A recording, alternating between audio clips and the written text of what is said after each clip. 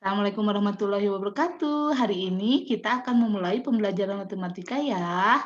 Namun sebelum pembelajaran dimulai, alangkah baiknya kita berdoa dulu. Ibu mulai dengan bismillah ya. Bismillahirrahmanirrahim.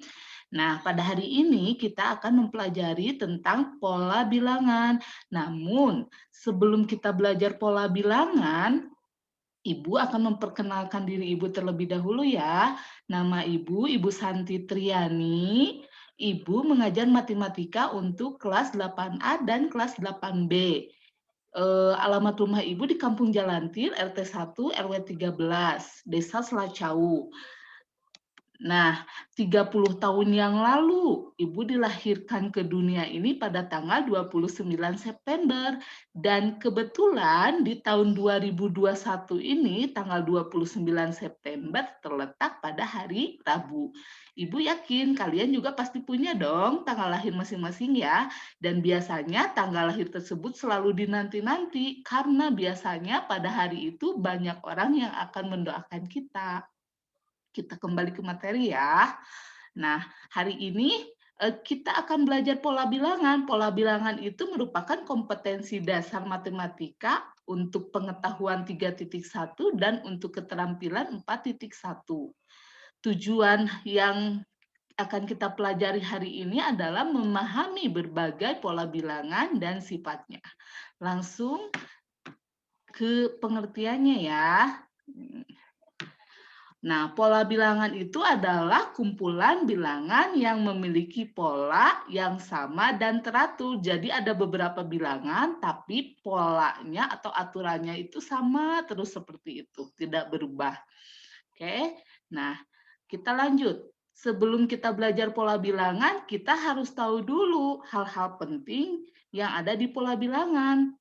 Nah, salah satunya adalah suku. Suku itu adalah urutan bilangan yang lambangnya adalah huruf U besar ini nih. Nih. Jadi huruf U besar ini adalah lambang dari suku. Misal, Ibu punya angka 2, kemudian angka 4, dan angka 6.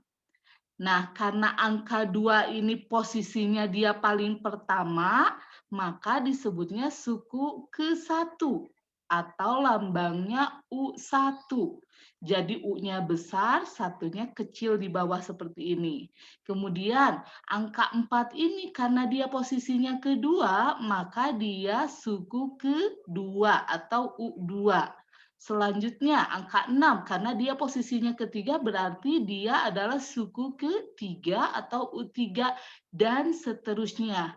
Nah, di sini ada UN. Nih, Ibu perjelas lagi ya, ada UN.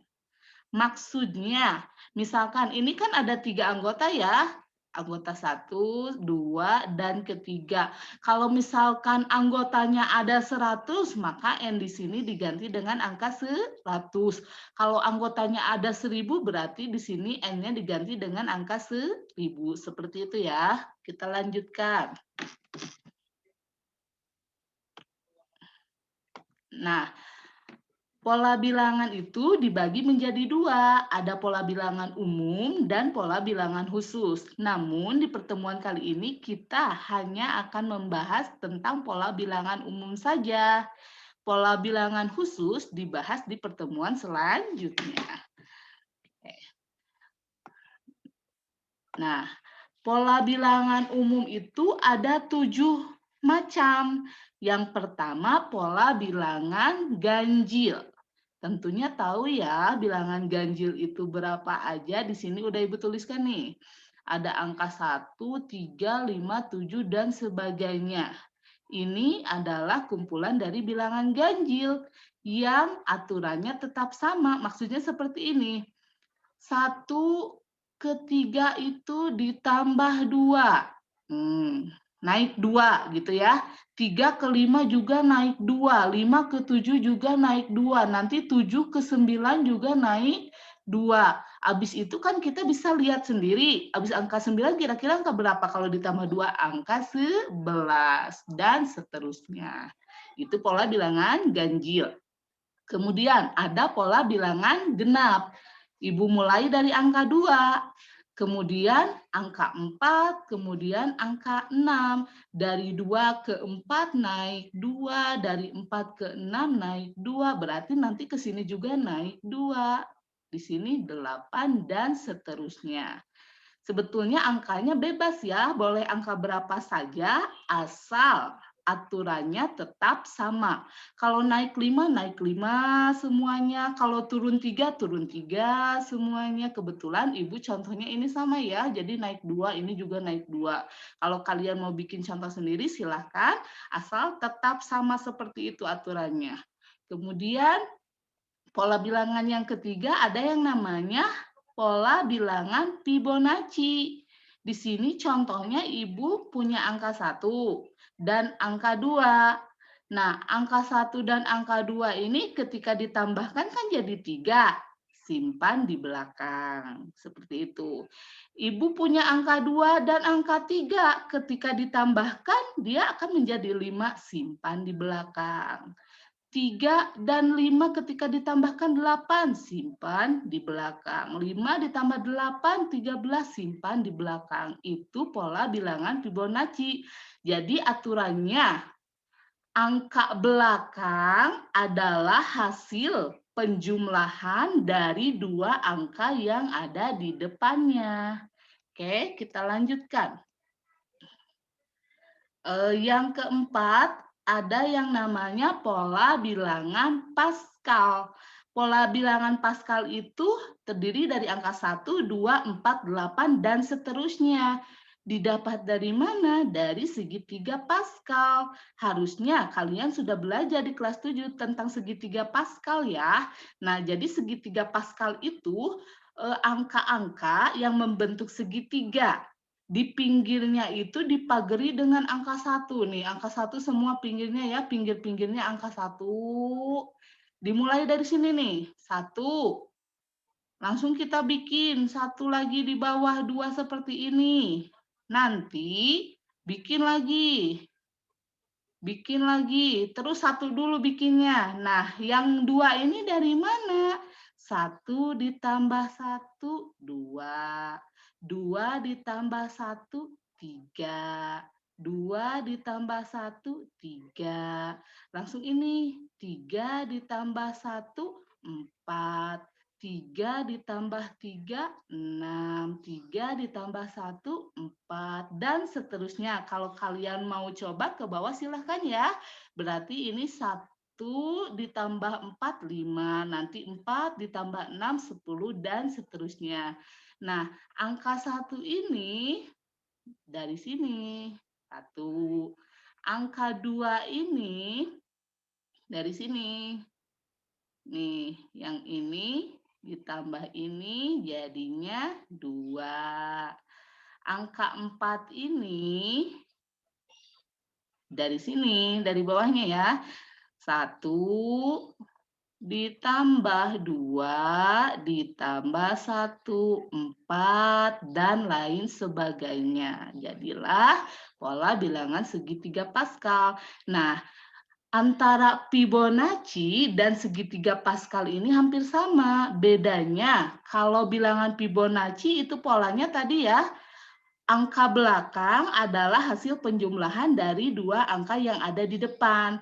Kalau Pascal, angka yang di bawah adalah hasil penjumlahan dari dua angka yang ada di atasnya. Jadi hampir sama tapi berbeda posisinya. Kita lanjutkan. Ada pola bilangan persegi. Pola bilangan persegi itu artinya dia ketika digambarkan akan membentuk persegi. Yang namanya persegi itu antara ke pinggir dan ke atas jumlahnya harus sama. Di sini Ibu udah gambarkan ya. Ada angka 1, jelas 1 itu mau ke pinggir, mau ke atas tetap 1. Kemudian ada angka 4.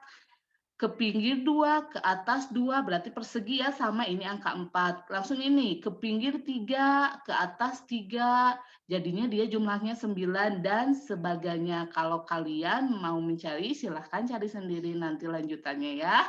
Kemudian ada pola bilangan persegi panjang. Nah, kalau persegi itu tadi harus sama ya, antara ke pinggir dan ke atas jumlahnya harus sama, titik-titiknya atau gambarnya gitu ya. Kalau persegi panjang itu berarti tidak harus sama. Contohnya ini, ke pinggir dia 2, ke atasnya cuma 1. Ini ke pinggir 3, ke atasnya dia 2. Ini ke pinggir 4, ke atasnya 3, dan sebagainya. Jumlahnya ini yang ada di atas ya. Oke, selanjutnya kita ke pola bilangan terakhir, yaitu pola bilangan segitiga. Nah, pola bilangan segitiga tentu ketika digambarkan dia harus membentuk segitiga.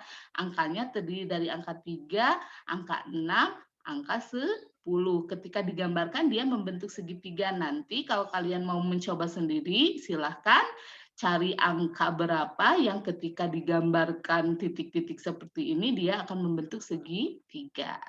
Nah, materi untuk hari ini dicukupkan sampai di sini ya. Semoga kalian belum paham. Maksud Ibu, ketika kalian belum paham, tentunya kalian akan belajar sendiri, mencari informasi sendiri, menambah informasi sendiri agar lebih paham. Nah, untuk tugas hari ini, ya, jadi sama kayak Ibu tadi nih.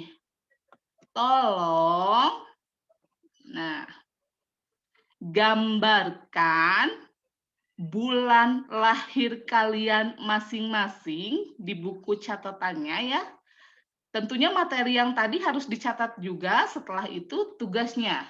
Gambarkan bulan lahir kalian masing-masing di tahun 2021 ini, kemudian lihat oleh kalian, kira-kira di bulan kelahiran kalian itu ada pola bilangan apa saja.